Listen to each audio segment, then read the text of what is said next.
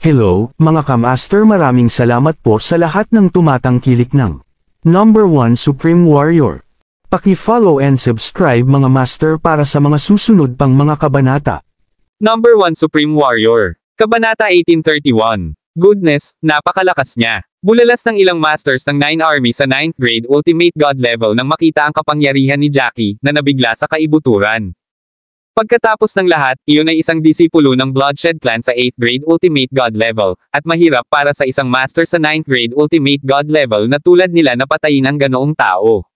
Gayunpaman, nahulog siya ng walang pagtatanggol kay Jackie na mabilis na tinapos siya. Bakit parang ang binatang ito ay may mas malakas na kapangyarihan sa pakikipaglaban kaysa sa akin? Ang unang Fortress Elder ay nakaramdam ng tuwa nang makita niya ang nangyari. Hindi lang si Jackie ang may mataas na kapangyarihan sa pakikipaglaban. Mayroong ilang mga master sa 6th grade Ultimate God level at isang master sa 5th grade Ultimate God level sa loob ng grupo ni Jackie. Sa biglang pagsali sa kanila ng mga taong ito, nalampasan nila ang pagkakaiba ng lakas laban sa kanilang mga kalaban. Napakaraming tao rin ang isinama ni Jackie, at sa ilalim ng mga pangyayari kung saan pareho sila ng kaharian, nagawa nilang magtipon sa mga pangkat ng 2 o 3 at atakihin ang mga disipulo ng Bloodshed Clan na nasa parehong kaharian. Sa gayon, sila ang may ganap na kapangyarihan, at ang bilang ng mga miyembro ng Bloodshed Clan ay mabilis na nabawasan. Ito, imposible. Namutla ang mukha ni Edward dahil sa takot nang makita kung paano nagbago ang labanan. Noong una ay ipinagkibit-balikat niya ang presensya ni Jackie, ngunit hindi niya akalain na si Jackie at ang iba pa ay magkakaroon ng lakas sa pakikipaglaban na higit sa inaasahan niya. Sa sandaling ito, galit na sumugod ang unang elder ng Bloodshed Clan na parang may naaalala, at pinandilatan niya si Jackie. Binata, ikaw ba ang pumatay sa ating pang-apat na elder? So paano kung ako iyon? Wala naman akong magagawa since gusto ninyong sumunod sa yapik niya. Nagkibit-balikat si Jackie at mukhang wala siyang pakialam. Ang yabang na binata. Kuya, sabay natin siyang patayin. Sumirit ang pangalawang elder ng Bloodshed Clan habang lumilipad din siya papunta sa kanya. Kakapatay lang niya ng isang elder mula sa 9 armies sa 8th grade Ultimate God level, na sa wakas ay nakasali sa isa pang laban. Naniniwala siya na pareho nilang mapapatay si Jackie nang mabilis kung sabay silang umatake. Saglit na nagulat si Jackie at, nang makitang may 2 lalaki na humahanggaw sa kanya, iniligpit niya ang espadang hawak niya. Ang sandata mo na iyon ay maaaring makatulong na madagdagan ang iyong lakas sa pakikipaglaban kahit papaano, binata, ngunit maglakas loob ka bang alisin ito? Masama ba ang tingin mo sa aming dalawa? Galit na galit ang unang elder nang makita niyang nililigpit ni Jackie ang kanyang sandata. Parang pangungot siya sa kanyang pananaw. Walang pinsalang ginawa, ngunit ang kahihiyan ay talagang malakas. Haha, dahil itong martial skill kung ito ay hindi nangangailangan ng aking espada. Tumawa si Jackie. Hindi niya pinansin ang magkabilang lalaki, at matapos ayusin ang kanyang kinatatayuan at bahagyang tumingkayad, hinigpitin niya ang kanyang mga kamao at nagsimulang bumalot ang kanyang aura sa kanyang mga kamao. Natigilan ang unang elder dito, nakasimangot habang nagtanong, bakit parang pamilyar ang martial skill na ito. Ang pangalawang elder ay natarante rin. Pagkaraan ng ilang oras, sa wakas ay napabulalas siya, kuya, paano ito? Mali ba ako? Bakit ang martial skill na ito ay kamukha ng 3rd grade intermediate ng aming clan? Martial skill, Twin Dragon Feast. Kambal na kamao ng dragon.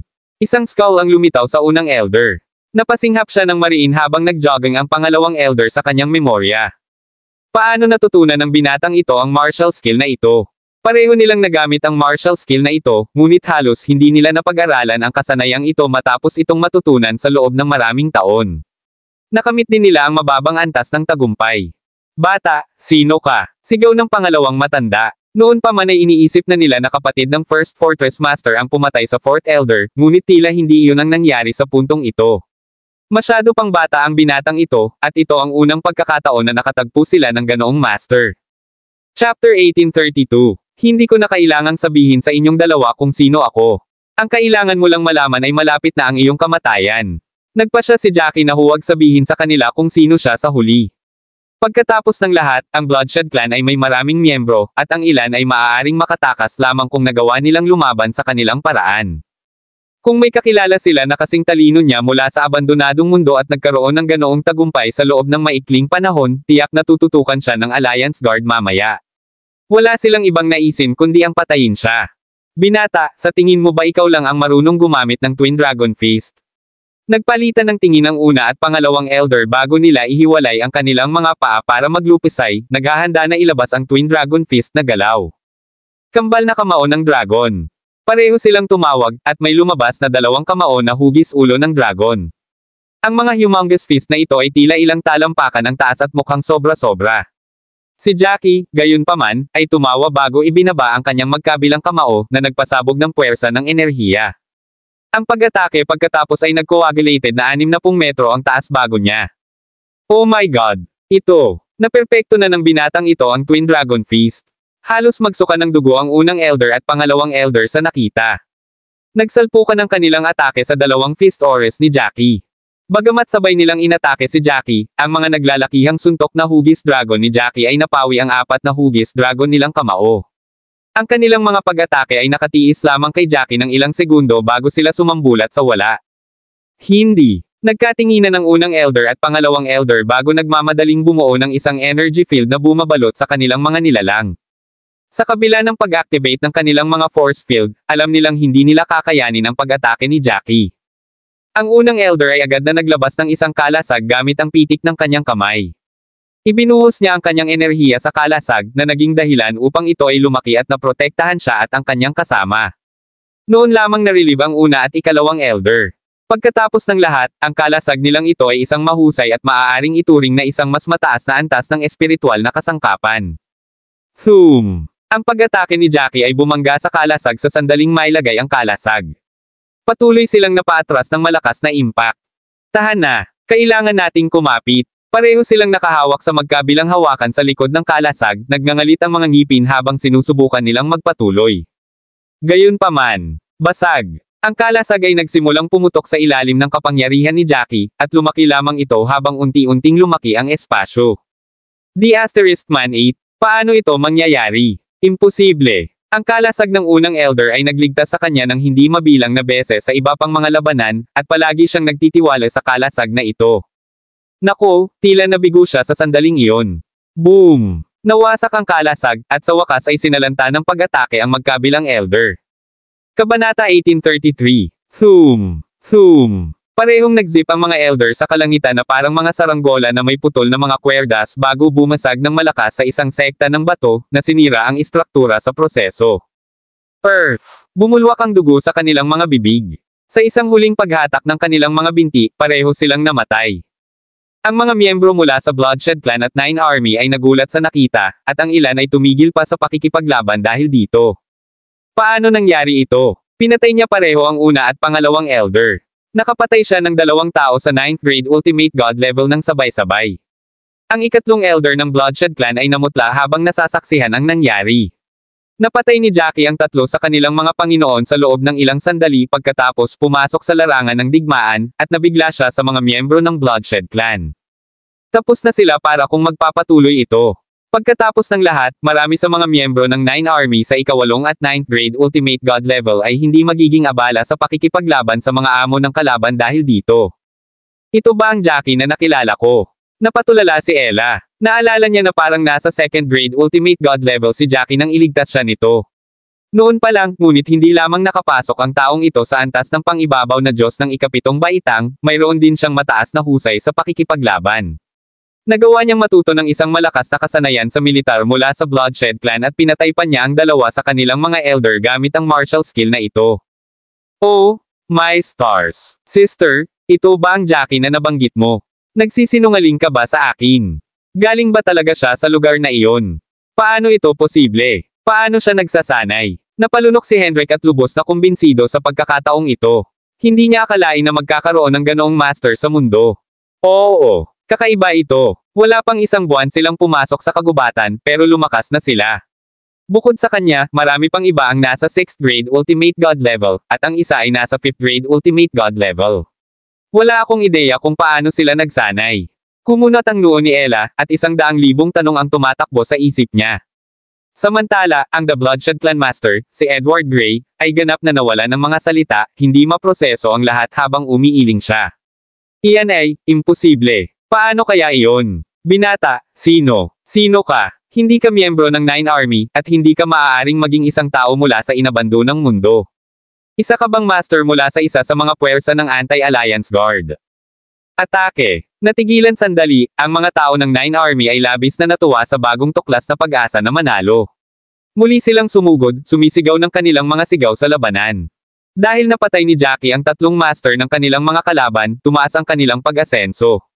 Kasabay ng katotohanang nalampasan nila ang Bloodshed Clan, hindi madaling makatakas ang huling partido dahil napapalibutan sila. Clan Master, hindi natin ito hahayaang magtagal, hindi tayo makakalaban. Tatakas ba tayo? Nakiusap ang third elder ng Bloodshed Clan kay Edward. Ang mga tao mula sa Sword King Clan ay hindi pa dumarating, at ang kanilang mga disipulo ay nabawasan ng malaki. Halatang hindi nila kayang makipaglaban. Nagngangalit ang kanyang mga ngipin, si Edward ay nag-aatubili na nagbigay ng utos, lahat, tumakbo. Tumakbo, ngayon na. Ang kanyang mga alagad ay nakahinga ng maluwag nang marinig ang utos, at sila ay nagsisigawan upang lumaban sa kanilang paraan. Sa kasamaang palad, si Jackie ay commandant sa harap ni Edward. Whoosh! Haha! Hindi ko akalain na marami sa iyong mga tao ang makakatakas, kahit na gusto nila. Subukan mo hanggat maaari, hindi kita papayagang makatakas. Nag-alab ang galit ni Edward nang pigilan siya ni Jackie, kitang-kita sa paraan ng pagtitig niya kay Jackie nang may galit. Binata, isa akong master sa first grade soul penetrating level, at kahit na ang first fortress master ng 9 Army ay hindi katugma sa akin. How dare you stop me? Sa tingin mo ba mapipigilan mo ako dahil lang sa talento mo at nagawa mong patayin ang dalawa nating matatanda? Ganyan ka ba kawalang muwang? Kabanata 1834. May bakas ng dugo sa mga sulok ng labi ni Austen habang galit na nagsasalita, nanlilisik ang mga mata habang ginagawa, tama. Hindi mahalaga kung ang iba ay makatakas, ngunit hindi namin maaaring hayaang tumakas ang matandang ito. Kuya Jackie, sabay natin siyang patayin. Naputol ang ekspresyon ni Edward dahil dito. Palagi niyang iniisip na ang kanyang kapangyarihan sa pakikipaglaban ay mas malakas kaysa kay Austen, at mapatay niya si Austen ilang minuto pagkatapos ay hindi dumating si Jackie at ang iba pa. Nanalo sana ang Bloodshed Clan. Ang combat power na ipinakita ni Jackie ay maihahambing sa mga nasa first grade soul penetrating level. Si Jackie lang ang nagdulot sa kanya ng sapat na problema, what more na pareho silang umatake sa kanya. Sa pag-iisip ng maaaring mangyari, nagsimulang magmakaawa si Edward kay Austen, Austen, kailangan mong pag-isipang mabuti ito. Hindi mo ba sinabi na ang pagpapatuloy ng laban na ito ay magbubunga ng malaking pagkatalo para sa ating dalawa? Bakit hindi na lang natin kalimutan ang nangyari dito ngayon at bumalik sa kani-kanilang tahanan? Pero tumawa si Austen. Haha! At paano ka tumugon sa akin noong nagsumamo akong itigil ang labanan, Edward Grey? Tinanggihan mo ako, kaya bakit tayo papayag sa iyong kahilingan ngayong nasa akin ang kapangyarihan? Pagkatapos ay hinigpitin ni Austen ang kanyang mga kamao, ang kanyang enerhiya ay lumulubog sa kanila habang ginagawa niya. Bahagyang tumingkayad si Jackie, binalot ng sariling aura ang kanyang mga kamao nang isasagawa niya muli ang kasanayang Twin Dragon's Feast. Huwag gawin. Pag-usapan natin ito ng maayos. Namutla sa takot si Edward nang mapagtanto niyang seryoso ang dalawang ito sa pag-atake sa kanya. Sa kasamaang palad, hindi siya pinansin ni Jackie at Austen, nagpakawalan ng kani-kanilang mga galaw. Nagbitiw, nakagat na lamang ni Edward ang bala at isagawa ang sarili. Thoom! Ang pag-atake ng tatlong master na ito ay bumagsak laban sa isa't isa. Paano nakaligtas si Edward mula sa magkaisang pag-atake ni na Jackie at Austen? Namatay agad si Edward. Clan Master. Sumigaw ang ilang elder ng Bloodshed Clan. Napuno ng galit ang kanilang mga puso nang makitang pinatay ang kanilang Clan Master. Tumakbo ka. Lahat, tumakbo. Marami sa mga miyembro ng Bloodshed Clan ang nakipaglaban sa kanilang buhay dahil gusto nilang tumakas, dahil ang kanilang Clan Master, First Elder, Second Elder, at Fourth Elder ay namatay na. Hindi na nila nagawang talunin ang kanilang mga kalaban. Ang Bloodshed Clan ay orihinal na mayroong ilang 10,000 tao, ngunit 30,000 lamang sa kanila ang nananatili sa huli.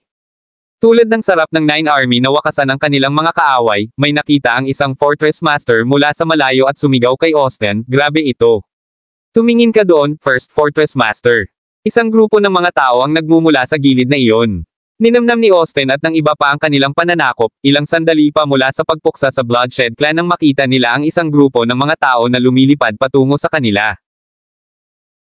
Kabanata 1835. Ang bilang ng mga tao sa papasok na partidong iyon ay tinatayang ilang daang libo, at mabilis silang pumapasok. Mukhang nanggaling din sila kung saan matatagpuan ang Bloodshed Clan. Ito ay masama. Yan ang Sword King Clan. F***. Nagpadala na ako ng mga tao para i-notify ang pavilion below cloud, pero bakit wala pa sila?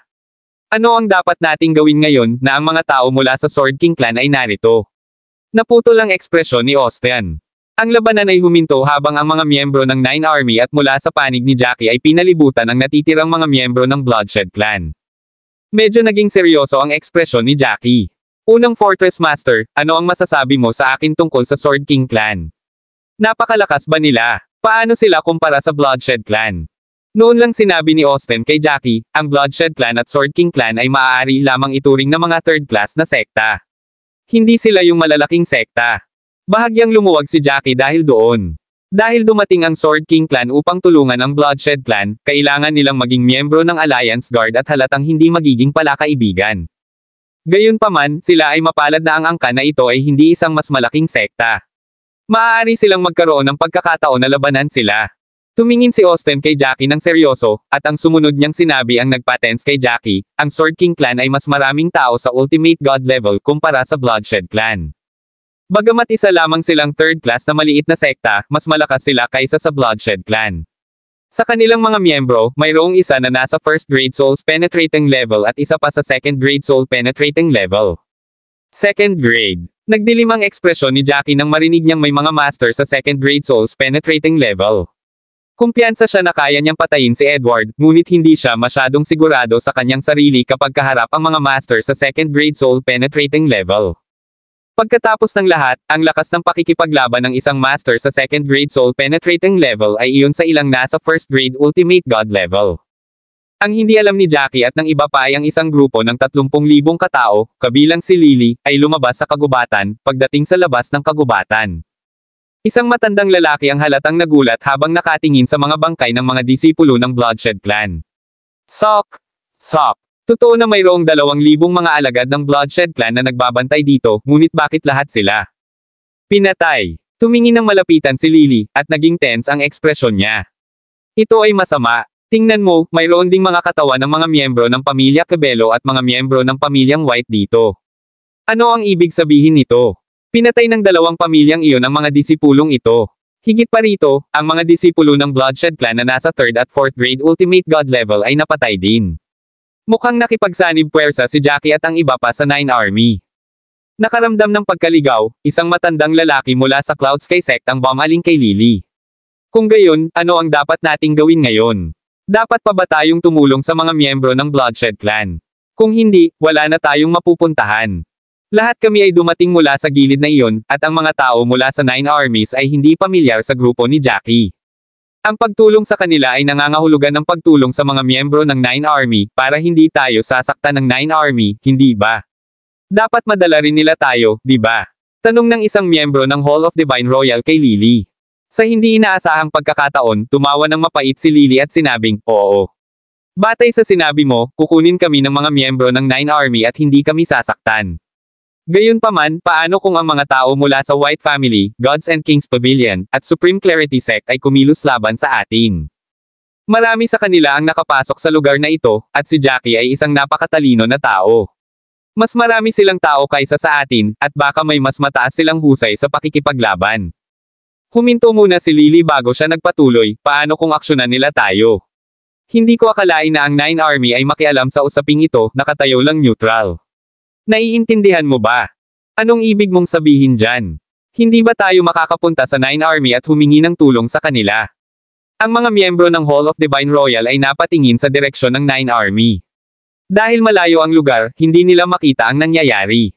Tumango si Lily. Tara na. Ang mga miyembro ng Bloodshed Clan ay nagmula sa direksyong iyon dati. Pumunta tayo dito at mabilis na umalis sa lugar na ito. Kabanata 1836. Tara na, tara na. Wala kaming ideya kung bakit mabilis na huminto ang mga ingay na nag-aaway doon kaya sa tingin ko mas mabuti kung mabilis kaming umalis. Magkakaproblema tayo kung muli nating makilala ang mga taong iyon mula sa tinatawag na Alliance Guard. Isang matandang lalaki mula sa Hall of Divine Royal ang sumenya sa grupo ng mga tao na lumipad patungo sa kabilang direksyon kung saan naroon ang Bloodshed Clan. Gayunpaman, hindi nila inaasahan na makakabangga ang isang grupo ng ilang daang libong tao na lumilipad patungo sa kanila hindi nagtagal pagkatapos nilang umalis. The*8. Ano ang dapat nating gawin ngayong nabangga natin sila? Malaking puwersa ang magkabilang panig at natuklasan nila tayo dahil isa itong lambak.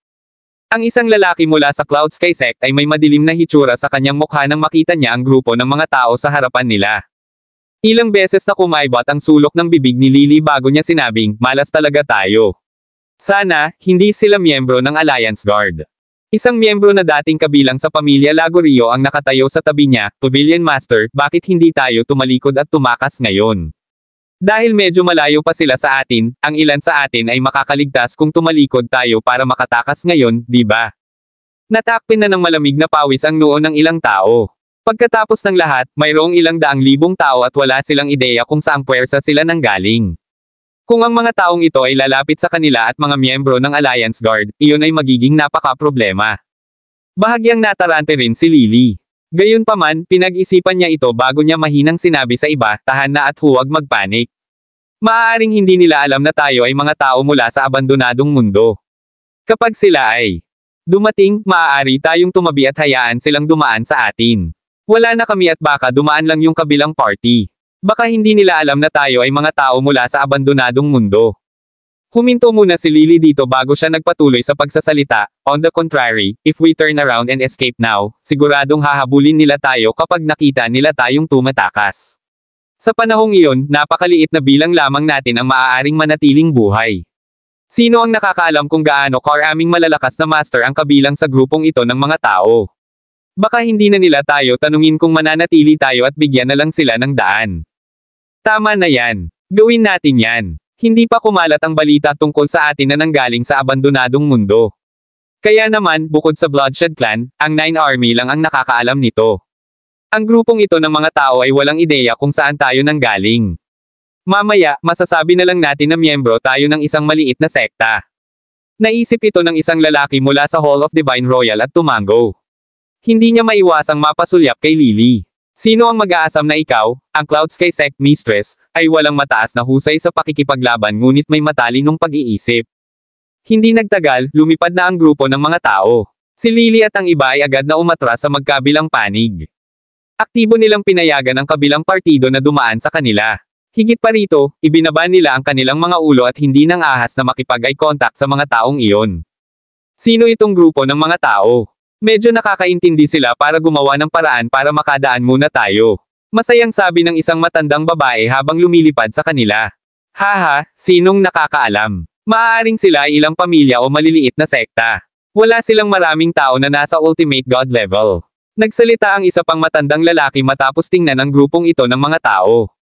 Malapit na tayo. Sinong mag-aasam na napakaraming tao ang papasok sa ganitong oras? Anong sorpresa? Kabanata 1837. Pakiramdam ni Lily at ng iba pa ay lumubog ang kanilang mga puso nang marinig nila ang sinabi ng matanda. Nagsimulang tumulo ang malamig na pawis. Mula sa noo ng ilang mga tao dahil sila ay labis na natatakot. Sa hindi inaasahang pagkakataon, alam talaga ng mga taong ito na maraming tao ang pumasok mula sa abandonadong mundo. Posible kayang mga miyembro din ng Alliance Guard ang mga ito. Tiyak na sumugod sila upang kumilos laban sa mga nagmula sa abandonadong mundo pagkatapos nilang malaman ang tungkol sa balita. Sa kabutihang palad, ang grupong ito ng mga tao ay tila hindi gaanong pinapansin at hindi man lang sila pinaghihinalaan. Sunod-sunod silang nilampasan si Lily at ang iba pa. Maya-maya, lumipad na halos lahat ng nasa unahan. Agad namang nag-relax ang lahat sa sandaling ito. Sa hindi inaasahang pagkakataon, isang lalaking nakaputing damit ang sumimangot at hamarang kay Lily sa sandaling ito. Matapos tingnang mabuti ng lalaki, sinabi niya kay Lily, ikaw, tumingin ka. Bumagsak ang puso ni Lily at dahan-dahan niyang itinaas ang ulo. Lance! Lance, ikaw talaga. Pagkatapos niyang magsalita ay tumulo ang luha ni Lily habang mahigpit na niyakap ang lalaking nakaputing damit. Ang lalaking nakaputing damit ay walang iba kundi si Lance White, na pumasok sa Misty Forest kasama ang iba 7 hanggang 8 buwan na ang nakalipas. Lance, magkakilala kayo. Kasabay ng pagwagayway ng kanyang kamay, ang matandang babae na umaakay sa kanila ay sumenyas na huminto ang lahat. Noon lang nasabi ni Lance na medyo namumula ang mga mata, Master, nanay ko po siya. Nanay ko yon. Iniisip ko dati kung ang mga magulang ko ba ay kabilang sa mga taong pumasok mula sa abandonadong mundo dahil marami sila. Hindi ko inaasahan na makikita ko ang aking ina at ang ilang miyembro ng pamilya Lagorio dito. Ito ay mahusay. Kumunat ang noo ng matandang babae at tumingin sa mga taong nasa harapan niya habang nagsasalita, talaga ba kayo sa abandonadong mundo? Bakit ka dumating? Di ba sabi nila 500 to 600,000 na tao ang nakapasok sa lugar? Bakit 30,000 lang kayo dito? Kahit na maraming halimaw na hayop sa kagubatan na iyon, hindi ito magre-resulta sa kakaunting bilang mo na umalis dahil nag-aaway kayo sa mga kayamanan. Nakakunot ang noo ng isang matandang lalaki mula sa Hall of Divine Royal habang sinulyapan si Lance. Iniisip niya na dahil buhay pa si Lance, hindi dapat sila miyembro ng Alliance Guard. Sa halip, dapat silang miyembro ng Anti-Alliance Guard. Humakbang siya pasulong pagkatapos niyang magdesisyon. Magalang niyang iminuwestra ang kanyang mga kamay at sinabing, kagalang-galang na nakatatanda, tayo ay mga taong pumasok mula sa abandonadong mundo. Gayunpaman, ano ang dapat nating sabihin? Ang ilan sa aming mga tao dito ay may ilang galit sa iba pang mga puwersa kapag kami ay nasa labas. Habang kami ay hinahabol ng mga alagad ng Bloodshed Clan noong kami ay nasa kagubatan, wala na kaming masyadong tao.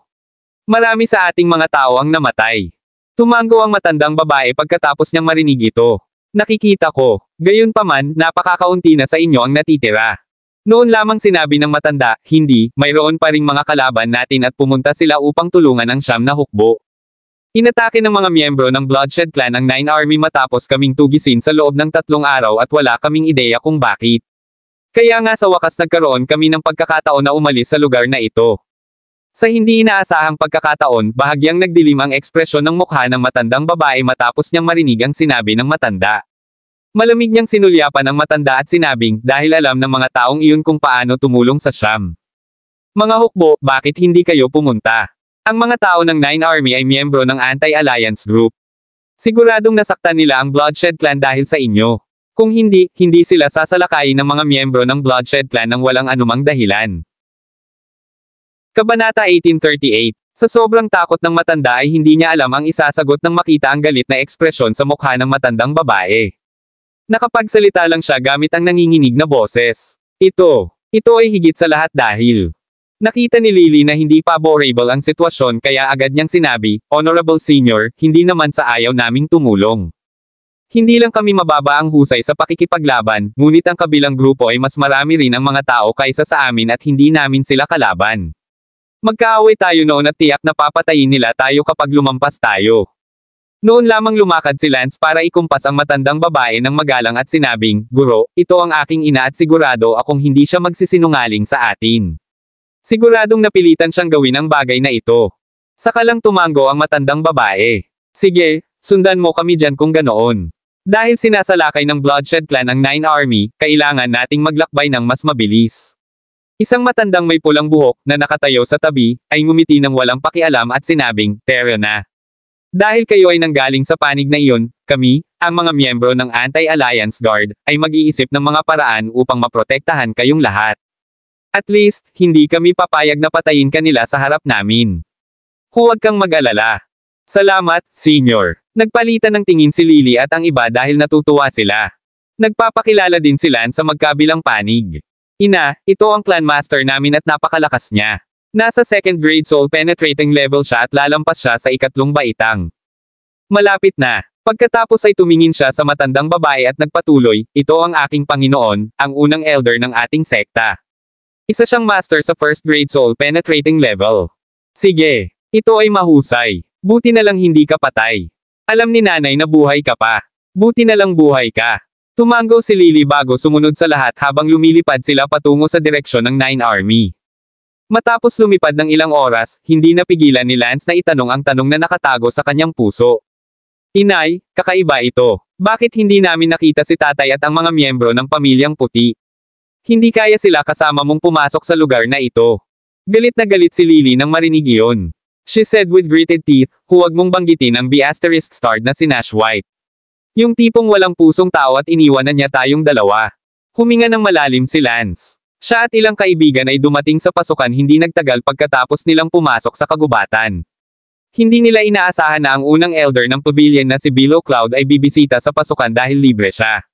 Dahil nabangga nila ang isa't isa, pilit silang dinala ng unang elder sa mundong ito. Tiyak, ang unang elder ay higit na nakatuon sa magagandang talento sa pagsasanay ni Lance. Matapos makapasok sa lugar na ito, inayos niya ng mabuti si Lance at pagkatapos ng 6 na buwan, master na siya sa 8th grade Ultimate God level. Siya ay tinawag pa bilang number 1 master ng mga miyembro ng Pavilion Below Cloud. Bagamat mayroon siyang napakagandang tagumpay, naiisip pa rin ni Lance ang kanyang mga magulang. Gayunpaman, wala siyang magawa dahil imposibleng umalis siya sa lugar. Maaari lamang siyang manatili at magsanay sa Pavilion Below Cloud. Naisip niyang hindi na niya makikita ang kanyang mga magulang sa buhay na ito. Hindi niya akalain na makikilala niya noon si Lily at ilang miyembro ng pamilya Lagorio. Labis siyang natuwa sa pagkakataong ito. Inay, ano ba talaga ang nangyari? Hindi ba mabait na tao si Dad? Maganda ang pakikitungo niya sa iyo dati. Kabanata 1839. Si Lance ay may nalilitong tingin. Hindi niya akalain na magbabago ang lahat kahit 7 o 8 buwan lang siyang nawala. Hindi mo alam ang tungkol dito noon pero may anak sa labas si Nash sa babaeng iyon na tinatawag na Joan Xavier, anak, sabi ni Lily sa galit na tono. Mula nang mawala ka, nagpadala nga si Nash ng mga tao para hanapin ka, pero naisipan niyang kunin muli ang kanyang illegitimate son. Siyempre, hindi ako pumayag, kaya sinubukan kong pigilan siya. Ikinwento ni Lily ang buong kwento kay Lance, na nagdagdag ng mga palamuti sa daan. Gayunpaman, hindi niya sinabi kay Lance ang tungkol sa relasyon niya sa third elder pati na rin ang insidente ng pagkalason. Pagkatapos ng lahat, wala siyang paraan para sabihin ang mga bagay na ito ng malakas. Yung Nash White, so ibig sabihin patay na lahat ang lolo at lola ko. At ito na lang ang natitira sa pamilya Lagorio. Sa sobrang galit ni Lance ay naikuyong niya ang kanyang mga kamao pagkatapos niyang marinig ito. Hindi ko akalain na ganito ang pakikitungo nila sa iyo, Nay. Huwag kang mag-alala. Simula ngayon, paprotektahan at ipaghihiganti kita. Huwag kang padalos-dalos, Lance, nagmamadaling sabi ni Lily. Medyo maganda ang martial talent ni Jackie. Bumalik na siya sa loob ng ilang panahon, at sa palagay ko ay maaaring nakapasok na siya sa una o ikalawang baitang Ultimate God level. Higit sa lahat, ang lakas ng pakikipaglaban ng brat na iyon ay napakalakas. Mayroon pa siyang lakas na lumampas sa kanyang antas ng paglilinang. Dahil ang iyong amo ay isang elder, mas mabuting linangin mo ang iyong sarili ng maayos. Papatayin natin siya kapag may pagkakataon tayo sa hinaharap. Isang tipid ng ngiti ang ibinigay ni Lance. So what if nasa second grade Ultimate God level na siya? Nay, alam mo ba na simula nang dumating ako dito, naging mas madali ang paglinang sa sarili. Higit pa rito, pinahahalagahan ako ng master. Binigyan niya ako ng maraming kayamanan para tulungan akong linangin ang aking sarili, at ngayon ay nasa ikawalong baitang Ultimate God level na ako. Inilibot ni Lance ang paligid bago bumulong kay Lily, huwag kang mag-alala, Nay. Hanggat nililinang ko ang aking sarili ng maayos at pumasok sa kaharian na tumatagos sa kaluluwa, maaari akong maging susunod na clan master. Ngayon ang clan master at ang iba pa ay nakatingin sa akin. Natuwa si Lily nang marinig iyon. Napakalakas ng angka na ito, na may daan-daang libong tao at 2 mandirigma ng kaharian na tumatagos sa kaluluwa. Kung ang kanyang anak ang magiging clan master sa hinaharap, napakadaling patayin ang pamilyang puti at ipaghiganti ang kanyang mga magulang at ang kanyang pamilya. Sige, huwag nating madaliin ito. Hindi pa huli ang lahat para maghaiganti ang isang Ginoo. Hindi kami nagmamadali. Maya-maya, papatayin natin sila at ipaghihiganti natin ang lolo at lola mo at ang iba pa. Tumanggo si Lily. Noong una, wala siyang gaanong pag-asa na makapaghiganti, ngunit muli itong muling nabuhay sa kanyang puso. Habang nag-uusap ang dalawa, sa wakas ay humarap sa kanila ang Nine Army. Nakatayo na si Jackie at ang iba pa at ang Nine Army. Mayroon pa ring 20 o 30,000 tao mula sa Bloodshed Clan na naiwan, at lumipad sila sa gilid ng Sword King Clan, nakatayo sa tabi nila. Kailangan mong maghaiganti para sa amin, Master Wallman. Pinatay ng mga taong ito ang aming clan master, ang unang elder, ang pangalawang elder, at ang iba pa. Ang 5th elder ng Bloodshed Clan ay agad na dumating sa harap ng master ng Sword King Clan, si Josh Wallman, na nagrereklamo. Napakunot ang noo ni Josh nang makita ang sitwasyon. Paano natalo ang iyong angkan? At bakit napakaraming tao ang natitira mula sa Nine Army? Itinaas ng 5th elder ang kanyang mga kamay sa isang fisto palm sulot at sinabi, hindi lang mga tao mula sa Nine Army, Master Wallman. Mayroon ding daan-daang libong tao mula sa inabandonang mundong iyon. Napakarami na nating napatay sa kanilang mga tao, ngunit marami pa rin ang natitira. Ang ilan sa kanilang mga antas ng paglilinang ay tumaas pa nga ng husto. Hindi kami sigurado kung 2 o 3 buwan na sila rito. Ang 6th elder ay sumulong din at nagsabi, Master Wallman, kami ay mga taong nagpoprotekta sa Alliance Guard. Kailangan mong magdesisyon para sa amin. Kabanata 1840. Ngunit hindi naman siguro na matay ang ilang elder mo maging ang clan master mo. Alam ko ang lakas ng angkan mo. Hindi pa rin makapaniwala si Josh sa nakita niya. Ito ay malayo sa inaasahan. Ayon sa kanyang hula, dapat ay ang Nine Army ang dumaranas ng malaking pagkatalo. Kahit na nakuha ng Nine Army ang tulong ng maraming tao mula sa inabandonang mundo, sapat na kung ang ilan sa mga tao sa inabandonang mundo ay maaaring makapasok sa una o ikalawang baitang Ultimate God level. Higit pa rito, hindi magkakaroon ng maraming tao na nagawang makapasok sa tunay na kaharian ng Diyos. Ito ay maituturing na pambihira kung mayroong 12 o higit sa lahat, 100 sa kanila. Kahit na sa ilalim ng mga sitwasyong ito, ang Bloodshed Clan ay hindi dapat matalo ng labis. Hindi sana pinatay si Edward, kahit papaano. Ang batang iyon, Master Wallman. Ang D*man brat na yon. Siya ay nasa ikapitong baitang Ultimate God level lamang, ngunit ang kanyang mga kasanayan sa pakikipaglaban ay napakalakas. Pinatay niya ang ating mga elder, at ang kanyang lakas sa pakikipaglaban ay malamang na mas malakas kaysa sa First Fortress Master ng Nine Army. Galit na itinuro ng Fifth Elder si Jackie, na nagsasalita sa pamamagitan ng nakangagot na mga ngipin. Parang gusto niyang putulin agad si Jackie, novel drama. Hindi pwede. Mas malakas siya kaysa sa First Fortress Master. Nagulat si Josh sa narinig niya. Mayroon na siyang ganoong uri ng kapangyarihan sa pakikipaglaban kahit na sa ikapitong baitang Ultimate God Realm. Kung gayon gaano siya kalakas kapag nakapasok na siya sa kaharian ng kaluluwa. Pagkatapos niyang mag-isip, nagsalubong ang kilay niya. Alam niya na kung hindi niya aalisin ang brat na ito, ang buong Alliance Guard ay magdurusa sa hinaharap. Tama na yan. Ang brat na iyon ay isang master mula sa Diyos na nakakaalam kung saan, at ang kanyang mga kasanayan sa pakikipaglaban ay napakalakas. Master Wallman, kailangan mong patayin siya at ipaghiganti ang aming angkan. Napatingin lahat kay Josh ang mga tao ng Bloodshed Clan. Tumingin si Josh kay Jackie at tinanong, hindi ka galing sa Nine Armies, brat. Saang puwersa ka nang galing? Ngumisi si Jackie. Siguradong hindi siya maniniwala ng lalaki kung sasabihin niyang galing siya sa abandonadong mundo. Gayunpaman, sa kanyang martial power ngayon, bale hindi niya alam kung anong malalaking puwersa ang mayroon ngayon. Kahit may sinabi siya, walang maniniwala sa kanya. Tulad ng para sa isang casual na tagapagsanay. Kung siya ay isang casual na tagapagsanay, hindi siya manggenguna sa mga tao upang tumulong sa siyam na hukbo. Pagkatapos mag-isip tungkol dito, nagkibit-balikat na lamang siya ng walang magawa at tapat na sinabi, saan ako galing? Hehe. Ako ay isang taong nagmula sa abandonadong mundo. Maswerte lang ako na pumasok sa kasalukuyang antas ng cultivation ko. Isang tao mula sa abandonadong mundo. Ang mga tao mula sa Sword King Clan ay ganap na natulala nang marinig nila ito. Kahit na ang brat na ito ay narito sa loob ng 2 buwan, walang paraan na siya ay makapasok sa ikapitong baitang Ultimate God Realm. Sa abandonadong mundo, walang martial technique para linangin ang sarili sa Ultimate God Realm. Higit pa rito, wala silang mataas na grado na masiglang damo upang linangin ang kanilang sarili. Iyon ang dahilan kung bakit nagkaroon lamang ng pagkakataon ng brat na makapasok sa First Grade Ultimate God Realm pagkatapos na pumasok dito. Gayunpaman, ang katotohanan na maaari siyang makapasok sa ikapitong baitang ng napakabilis ay talagang nakakagulat. Ibibigay ko na lang sayo, brat. Kami ay mula sa Alliance Guard, kaya naman hindi namin kayo pinapasok. Iyon ay dahil ang martial resources at ang chi energy dito ay limitado rin.